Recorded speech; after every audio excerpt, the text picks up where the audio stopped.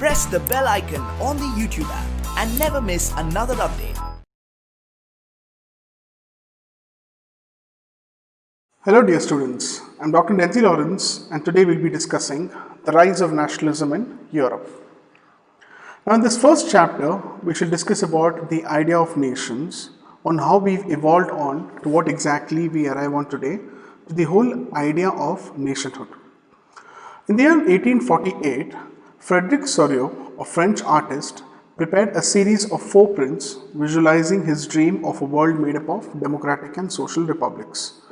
Now, as he called them democratic and social republics, these are the two terminologies which we need to understand.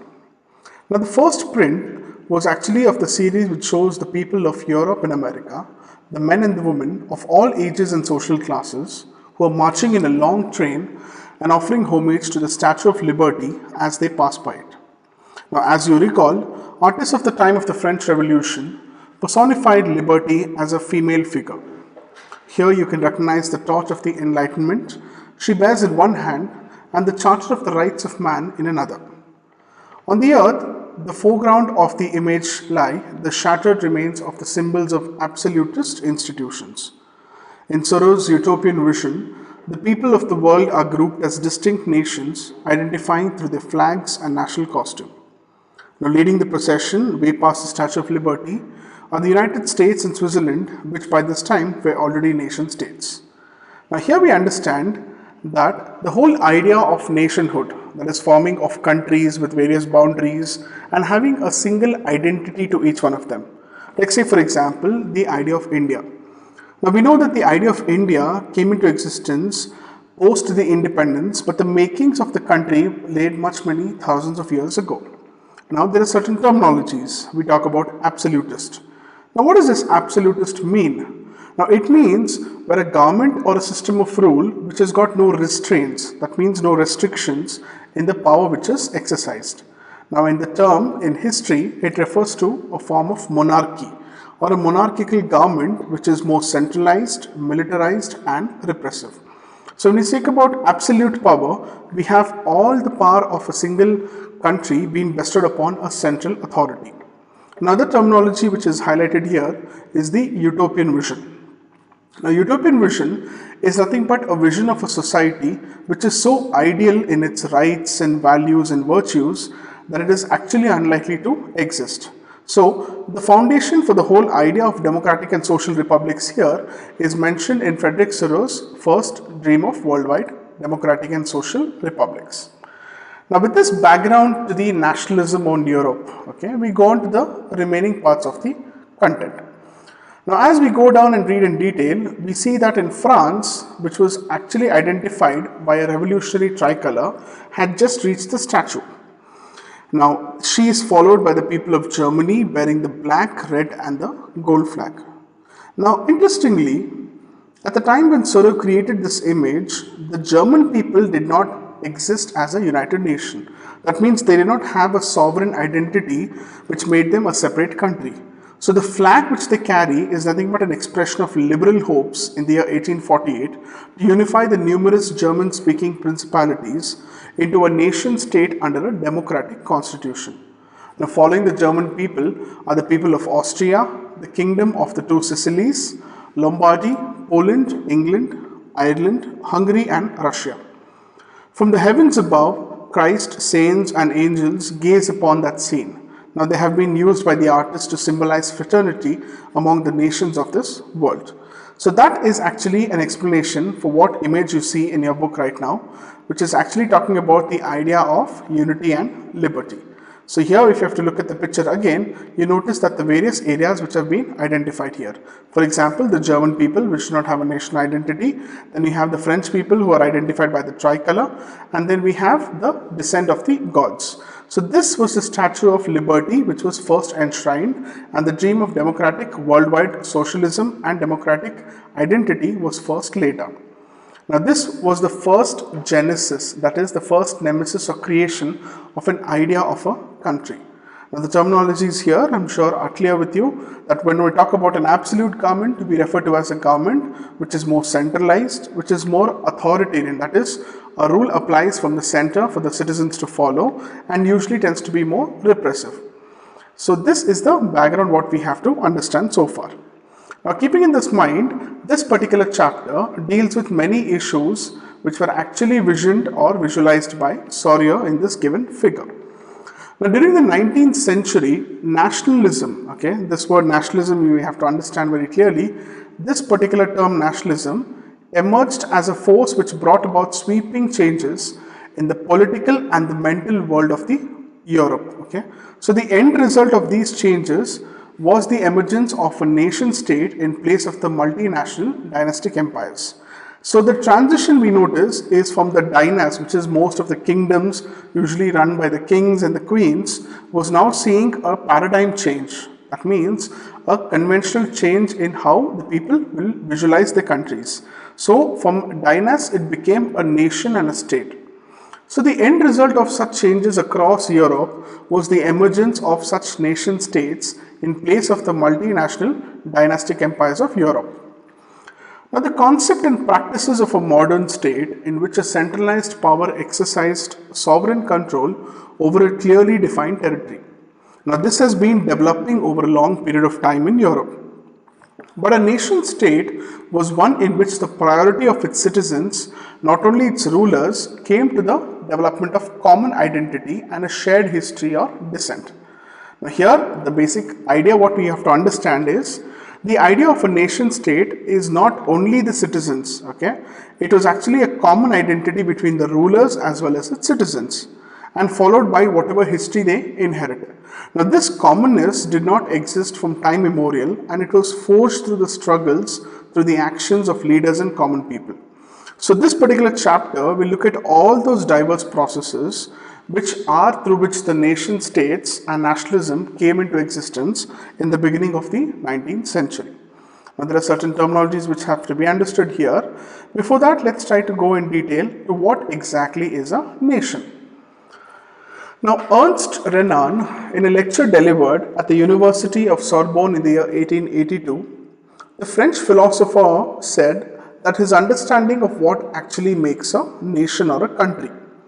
Now this lecture was subsequently published in the form of a famous essay which was titled Quest Quin Nation. That means, what is a nation? In this essay, Renan criticizes the notion suggested by others that a nation is formed by a common language, race, religion or territory. That means the accepted idea, okay, what we have that a country is formed by one particular language or a race or a religion or territory is not what was actually accepted by him. What he said was a nation is actually a culmination, okay, a culmination of endeavors where there is sacrifice and devotion which is involved. Okay, a heroic past which has got great men and glory, which is the social capital upon which one bases the idea of a nationhood. Now to have such kind of common glories in past, we need to have a common will in the present. Okay, to have performed great deeds together, to wish to perform still more, and these would be the essential conditions of being called together as a people. So therefore, nation in one simple term can be expressed as a large scale solidarity. Okay, so its existence is a daily plebiscite. Okay, this important terminology I will be explaining to you in some time. But for now, we need to understand that nation is nothing but a large scale solidarity where its existence is a daily plebiscite. So a province with its inhabitants, if anyone has the right to be consultant, it is the people who are living there. A nation never has got any near real interest in annexing or holding on to a country against its will. The existence of nations is a good thing, in fact a necessity sometimes, whereas their existence is a guarantee of liberty which would be lost if the world had only one law and one master.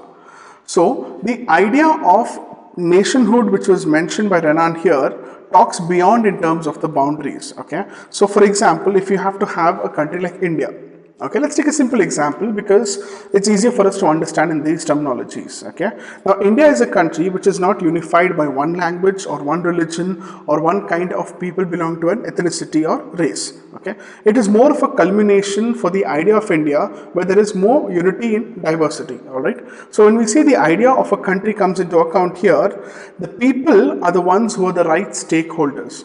So any country, okay, which is in having interests of annexing another country or holding on to its country without its will is no country at all. Okay, so this is what was explained by Renan when we see his essay.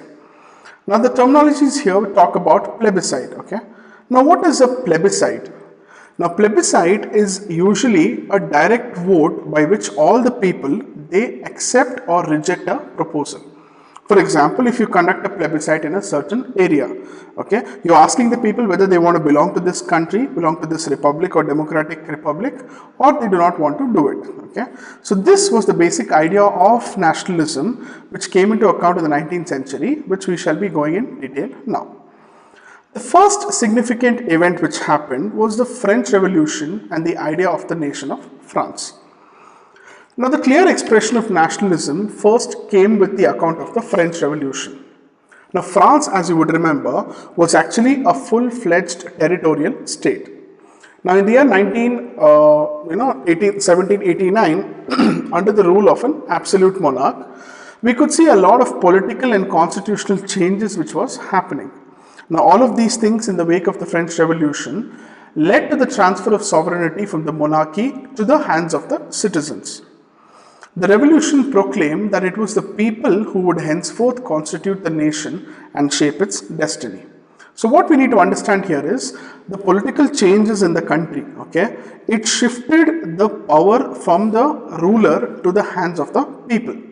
Now when the shifting of power happens, people will decide that what will be the constitute the nation and eventually what would shape its destiny. Now from the very beginning, we see the French revolutionaries, they introduced various measures and practices which would create a sense of collective identity among the people. Okay, so the revolutionaries here, what they were trying to do was they're trying to instill a collective sense of belief. That means all of us start to think together for one particular cause. For example, the ideas of la patrie, which is fatherland, or les citoyens, which is the citizen, emphasize the notion of one unitedness, okay, one united community which is enjoying equal rights under a constitution. Okay, so the idea of constitution, like I mentioned to you, has been built upon various years of development. So the revolutionaries in France stressed on certain concepts which would ultimately become certain common charter of rules and then become the citizens' code of constitution. Now, the new French flag, okay, which is the tricolor, was actually chosen to replace the former royal standard. The Estates General was elected by the body of active citizens and it was renamed as the National Assembly. New hymns were composed, oaths were taken, and martyrs were commemorated, all in the name of the nation. So they brought together one administrative system and formulated uniform laws for all the citizens within its territory. Now, internal custom duties and dues were abolished and a uniform system of weights and measures were adopted. Regional dialects was discouraged and French, as it was spoken and written in Paris, was becoming the common language of the nation. Now, here you can clearly see the various measures which were taken right from constituting a new flag to actually making a common language for the nation. So that clearly talks about the idea of a country. So look at our country and identify this, okay? Similarly, when you look at how the formation of our Republic of India happened post-independence, they started with similar measures, like how we, accepted our own constitution, we prepared it with the uniform code and we have various rules and regulations to be followed. So there was something which was actually making or creating a nation into account. So similar kind of things were actually done in France. Later on, the revolutionaries declared that it was the mission and the destiny of the French nation to liberate the people of Europe from despotism. In other words, to help other people of Europe become nations. Now, this term despotism means that you are not in a condition to decide, okay? You are completely clueless. So what did they decide? That they thought that the destiny and the mission of the French nation is to liberate other areas with similar kind of people. So they went out and helped the other people of Europe to become the idea of nations. So when the news of all such events in France reached the different cities in Europe, students and other members of educated middle classes began setting up Jacobin clubs. Now this is a particular type of club where they come together and discuss. So their activities and campaigns prepared the way for French armies, which eventually moved to Holland, Belgium, Switzerland and much of Italy in the 1790s. With the outbreak of the Revolutionary Wars, the French armies began to carry the idea of nationalism abroad. This is how something which started in France actually spread to the rest of Europe, and we could notice that particular change and adoption of ideas which were more democratic and which actually contributed to the idea of nationhood. Now let's look at the map here. Now when we look at the map here, we identify that the various countries here were actually occupied by empires. For example, if you look at the Austrian Empire here, or similarly if you look at the Ottoman Empire. So you identify the idea of nationalism actually started from France. Now, within the swathe of territory which came under his control, Napoleon set about introducing many of the reforms that he had already introduced in France. Through a return to monarchy, Napoleon had no doubt destroyed democracy in France, but in the administrative field, he had incorporated revolutionary principles in order to make the whole system more rational and efficient. The Civil Code of 1804, which is usually known as the Napoleonic Code, did away with all the privileges based on birth, established equality before law, and secured the right to property. This code was exported to regions under the French control. For example, in the Dutch Republic, in Switzerland and Italy and Germany, and Napoleon had actually simplified the administrative divisions, abolished the feudal system and freed the peasants from serfdom and manorial dues. In the towns too, guild restrictions were removed. Transport and communication systems were improved. Peasants, artisans, workers and other new businessmen were actually a part of this sigma. So as you can notice here, the planting of the tree of liberty in Germany, okay, this is an important significant event which actually talks about how the emancipation of peasants and artisans was happening. So far we notice that there have been a lot of events from the French Revolution, okay. Now though Napoleon wanted to come back to authoritarianism, he did retain some kind of administrative principles, like we mentioned the code which was given previously in this chapter. So eventually we notice that all of these people started enjoying a newfound freedom. Businessmen, especially the small scale producers of goods, began to realize that once you have uniform laws, okay, standardized weights and measures, and you have a currency which was common for everyone, it would facilitate the movement and exchange of goods from one region to another. Now this is obviously going to help the business interests in that particular area. So more and more development started happening in that region. However, in the areas which were conquered, the reactions of the local peasants to the French rule was mixed. Now because these were the occupied territories of France, we could notice that the local populations in some areas were probably revolting against this. In some places such as Holland and Switzerland, as well as in certain cities like Brussels, Mainz, Milan and Warsaw, the French armies welcomed the harbingers of liberty. But the initial enthusiasm soon turned to hostility, that is not showing any kind of reaction or becoming indifferent. So it became clear that the new administrative arrangements did not go hand in hand with political freedom. Because along with all these things came increased taxes, there was censorship and control, there was forced conscription in the French armies and recruiting into the armies, which was required to conquer the rest of Europe. So all of these actually outweighed the advantages of the administrative systems. So we clearly understand that whatever changes brought about by Napoleon was not actually taken in the right sense. Now here we see in the Courier of Rhineland that is actually Napoleon is represented as a postman on his way back to France after he lost the Battle of Leipzig in the year 1830. Each letter dropping out of his bag bears the names of the territories he lost. So this is how you notice that all this particular kind of images which are given here is all the lost territories, probably because of the changes which are brought about into the state. Now this is an important significant event here which talks about the planting of the tree of liberty in Germany. Now the subject of this particular image is the German painter, okay, by name Karl Caspar Fritz, is the occupation of the town of Zweibrücken by the French armies. Now French soldiers who are recognizable by the color blue were actually recognizable in blue, white and red uniforms, have been portrayed as oppressors. Because what they've done, as you can see here, is that they have seized a peasant's cart. Okay, so a peasant's cart has been seized and some people been harassed, the woman in the center, and they're forcing a peasant to go down on his knees. Now the plaque which has been affixed to the tree of liberty carries a German inscription which actually translates as "Take freedom and equality from us, the model of humanity." Now this is a sarcastic reference to the claim of the French as being the liberators who opposed monarchy in the territories that they entered.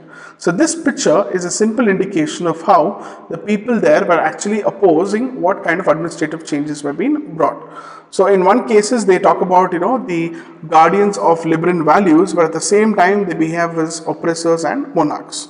So this was how the French Revolution and Napoleon's contributions actually happened to the idea of nationalism, which began with the French Revolution. Later on you see the making of nationalism in Europe. Now if you look at the map of the mid 18th century, Europe, if you will see that there were no nation states as we know today. Okay. Now we talk about today countries like Germany, Italy, France, Poland and all of these were actually not present because there was no idea of states back then.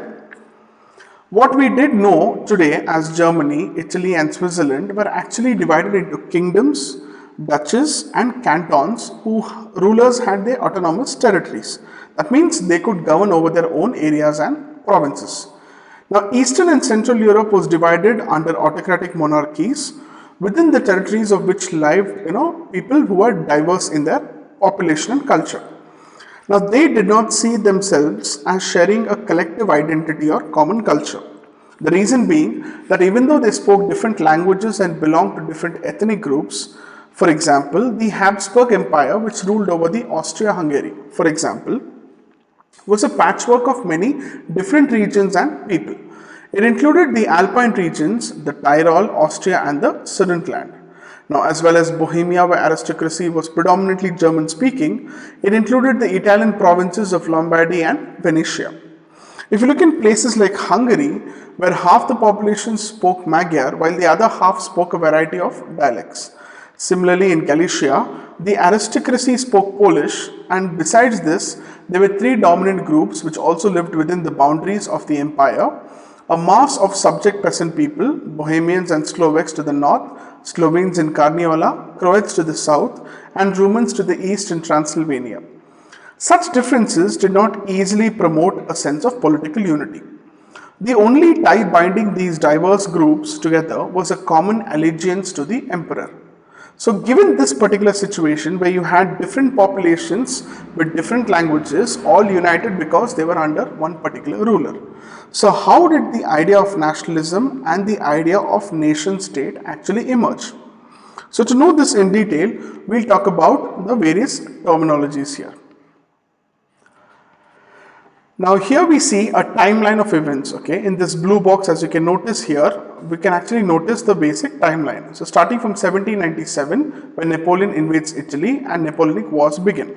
Again in 1814 and 1815, fall of Napoleon and Vienna's peace settlement was written. In 1821, there was the Greek struggle for independence. In 1848 onwards, you had revolutions in Europe, where artisans, industrial workers and peasants all revolted against economic hardships, and middle class people, they demanded constitutions, which is a governing book for them, so that there will be representative governments eventually setting up in Italy, Germany, Magyars, Poles, Czechs, all of them who started demanding separate countries. In 1859 to 1870, there was unification of Italy. From 1866 to 1871, there was unification of Germany. In the year 1905, there was Slav nationalism, again gathering forces in Habsburg and the Ottoman empires. So this is just a brief account of the events which actually happened to give you an idea and perspective of how areas which were ruled by conquerors and emperors were eventually being converted into nation states. Now, let's try to understand what was the influence of the aristocrats and the new middle class. Now, socially and politically, a landed aristocrat was a dominant class on the continent. The members of this class were united by a common way of life which cut across religion divisions. They owned estates in the countries, mainly in the countrysides, and also the town and the houses where the particular areas were residing. Now, they spoke French for purposes of diplomacy in high society. Their families were often connected by ties of marriage. The powerful aristocracy was, however, numerically a very, very small number. The majority of the people were actually the peasants, which is the farmers. So to the west, the bulk of the land was farmed by tenants and small owners, while in the eastern and central Europe, a majority of the land holding was characterized by vast estates cultivated by serfs. Now, in western and central parts of Europe, the growth of industrial production and trade meant the growth of towns and emergence of commercial classes. Now, this existence was based upon production for the market. Now, you must understand, in the year 1800 onwards, why did the farmers and the peasants become, slightly more empowered was because the industrial revolution actually set in. Because industrialization began in England in the second half of the 18th century, but in France and parts of Germany, it occurred only during the 19th century. And ultimately, we see that there was a new social group which came into existence. So whatever the middle class we refer to as today, right, a working class population, it was made up of industrialists, businessmen, professionals. In Central and Eastern Europe, these groups were smaller in number late till the 19th century. It was among the educated and the liberal middle classes where the ideas of nationwide unity following the abolition of aristocratic privileges gained popularity. Now, what did nationalism or liberal nationalism actually stand for? Now, ideas of national unity in early 19th century was closely allied to the ideology of liberalism. Now, let me tell to you what exactly you mean by liberalism. Now, this word liberalism actually is derived from a Latin root word called liber, meaning free. For the new middle class, liberalism basically meant that each individual has got freedom. Freedom for the individual as well as equality before the law.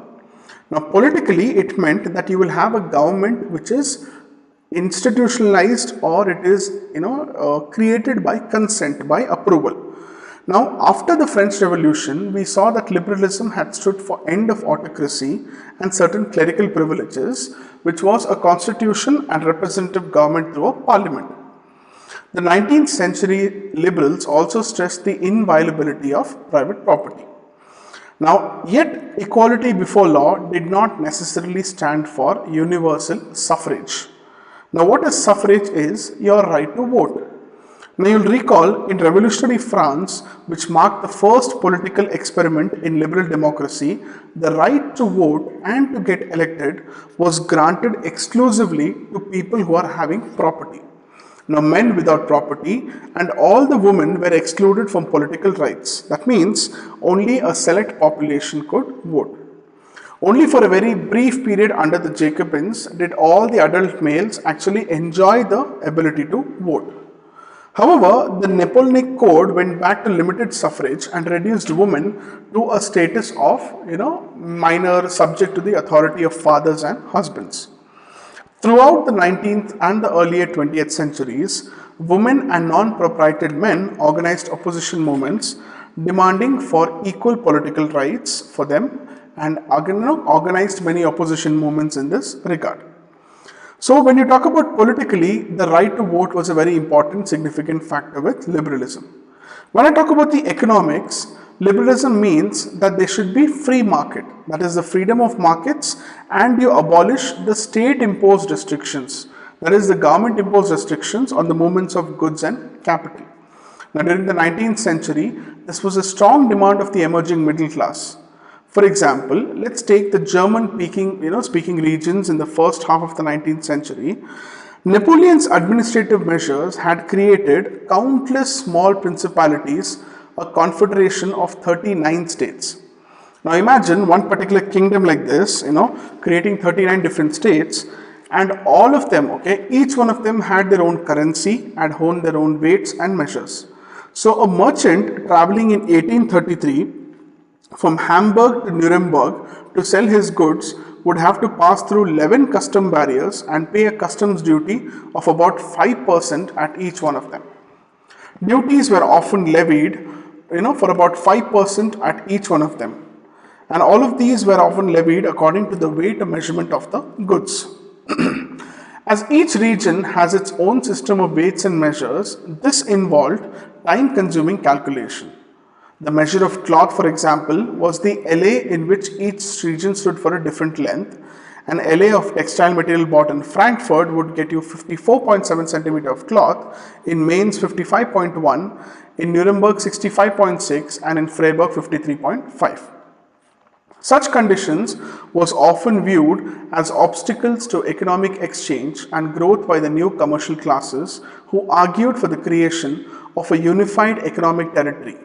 Therefore, you are allowing the unhindered movements of goods, people and capital. In the year 1834, a customs union called Zollverein was formed at the initiative of Prussia and joined by most of the German states. This particular union abolished tariff barriers and reduced the number of currencies from 30 to 2. The creation of a network of railways further stimulated mobility, harnessing economic interests to nationwide unification. And then we understood a wave of economic nationalism ultimately strengthened the wider nationalist sentiments growing at that time. So what do we understand so far is that the idea of liberalism, the idea of being free, meant that you must be having the ability to vote, which was not given completely, only people with property was given. Second thing is economic liberty or economic liberalism meant that you move from a certain state to another state, you can have, a same currency which will facilitate easy movements of goods, easy movements of people and also of capital, which is, currency. So only when you have liberalism in the political sphere, in the economic sphere, then you're able to come out and understand that what exactly this entire concept is all about. Now, there is a small box here which talks about the idea what the economists were mentioning. Economists began to think in terms of the national economy. They talked of how the nation could develop and what economic measures could help force this nation together. Now here, why is it important for all of us to have a common currency? Let me give you a daily, simple example. For example, in Europe, now I'm sure all of you would have heard that they have a common currency called the euro. Now, because you have a common currency like the euro, you're able to move easily, The, number of checkings, the number of customs which you have to pay across the borders, and it eases travel of people as well as the economic products. And this ultimately increases the economic, strength of a country, Now, they tried to introduce something like this back then, which was the Zollverein, The Zollverein was nothing but a system where it was binding the Germans economically as a nation, It strengthens the nation materially as much as by protecting its interests and externally by stimulating its internal productivity. It is actually going to awaken and raise the national sentiment through a fusion of individual as well as your provincial interests. The German people have now understood that the free economic system is the only way in order to engender national feeling. Now, this is the importance of having a common currency, of having economic, fiscal and measures, which is going to bring the entire country together. So far in this particular topic, in today's lecture, we have understood that what is the idea of nationalism, If I start right from the beginning, we talk about how the rise of nationalism in Europe began with the description of a painting right in the beginning, The dream of a worldwide democratic and social republic, which is actually giving you the first idea of how the particular system of governance was done. Now, that particular rise of nationalism in Europe was actually given by a person named Sorrieu.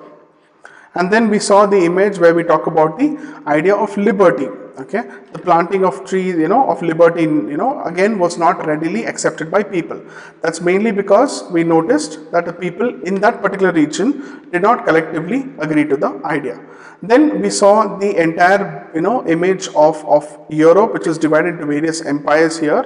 And then we noticed that eventually this idea, okay, what we see today as a country of Spain or Portugal or Netherlands or Switzerland, this was not the idea back then, but it was more of a culmination of various, efforts. Then we discussed about the importance of the French Revolution, which contributed to the idea of nationhood.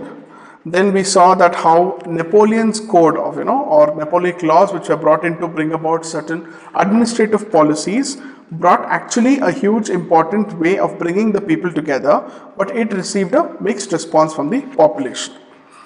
And then we discussed about liberalism. Okay, what exactly is the idea of liberalism? What does it stand for? And then what exactly are the constituents? So how do we achieve liberalism? Liberal nationalism is nothing but you feeling free politically as well as the economic domain. So when you see all these things are put together, it actually overcomes the barriers for the people so that they can trade freely between the countries, they have a common currency, and eventually they have a right to vote. So whatever ideas we see today in our country, okay, are all emanated from certain kind of rise of nationalism which began in Europe and which eventually spread to the rest of the country. And then we understood that these kinds of ideas were accepted into the various territories as and when the European system of government grew. Okay, so that summarizes today's class. Thank you very much.